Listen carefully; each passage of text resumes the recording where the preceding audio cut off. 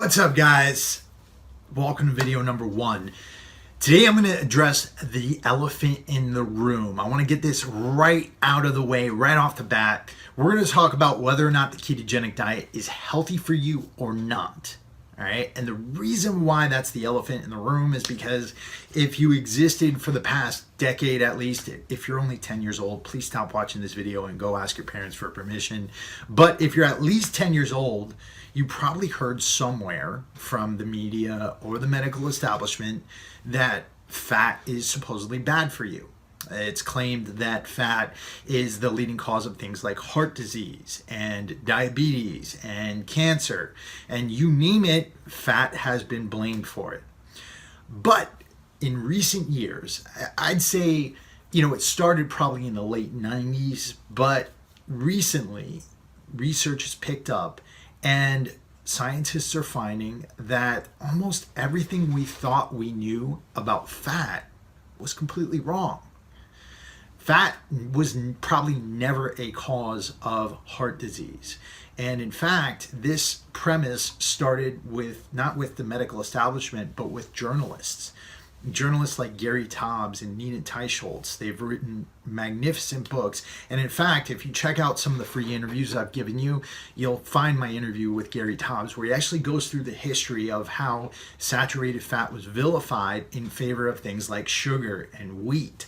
And the thing was that there was kind of like a huge cover-up within the medical establishment to promote low-fat diets in favor of high-carbohydrate diets.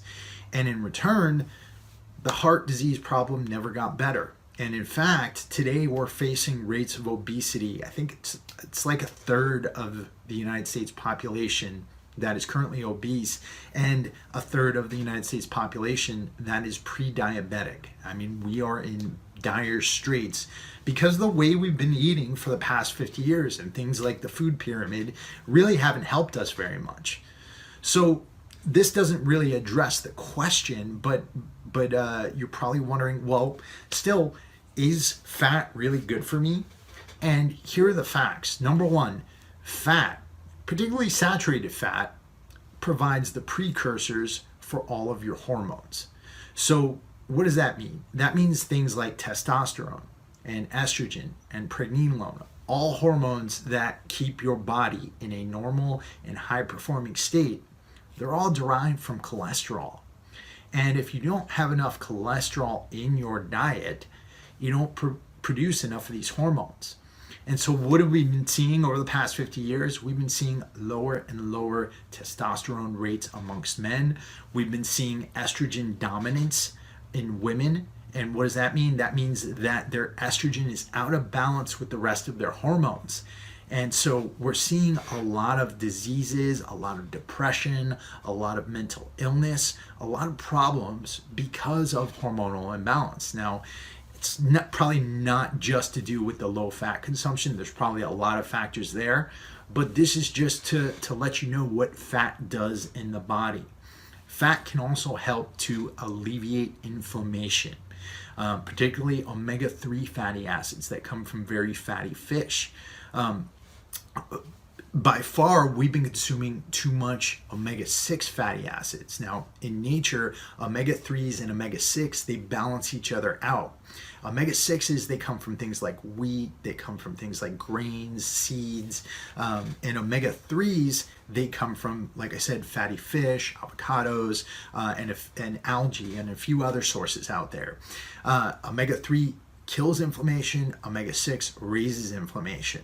But the problem is we get too much omega-6. We still need it, it's an essential fatty acid, but we get too much of it because of the amount of carbohydrates we consume. So people are suffering from more and more inflammation, which also leads to things like heart disease, diabetes, and cancer.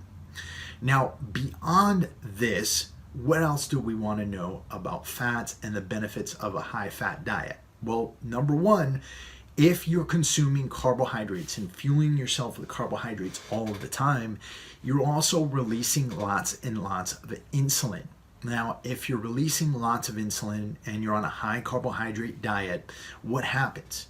Well, the amount of insulin that you secrete, if you're secreting it regularly, if it's floating around in your bloodstream, that is going to prevent you from ever mobilizing fat, right? And so you're not going to be able to burn fat in a state where insulin is floating around your bloodstream. When you go onto a high fat, low carbohydrate diet, it reduces the amount of insulin that you're secreting, and it allows you to begin to burn your own fat stores for fuel, which I'll get into in a second.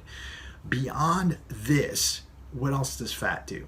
Fat provides a really lasting, slow burning source of energy. So when you consume some carbohydrates, basically what happens is your blood sugar goes up, insulin gets released, and insulin's job is to bring your blood sugar back down to baseline. As insulin lowers your blood sugar, you get hungry again. And beyond that, you only have a very limited supply of glucose within your muscles and your liver. So you only have a limited amount of space where you can store that stuff. And once you reach that storage level, that starts to get stored as fat.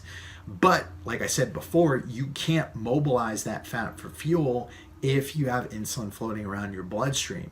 So you begin to consistently rely on eating carbohydrates every few hours to fuel yourself, just to have enough energy to make it through the day. The big benefit with ketosis is that, one, you're not secreting insulin. Two, you can begin to use your own fat stores for fuel. You're literally carrying your fuel supply around with you, and it's nearly unending. Even if you are very, very lean and you don't have a lot of fat on your body, you'll still have enough fat to fuel you for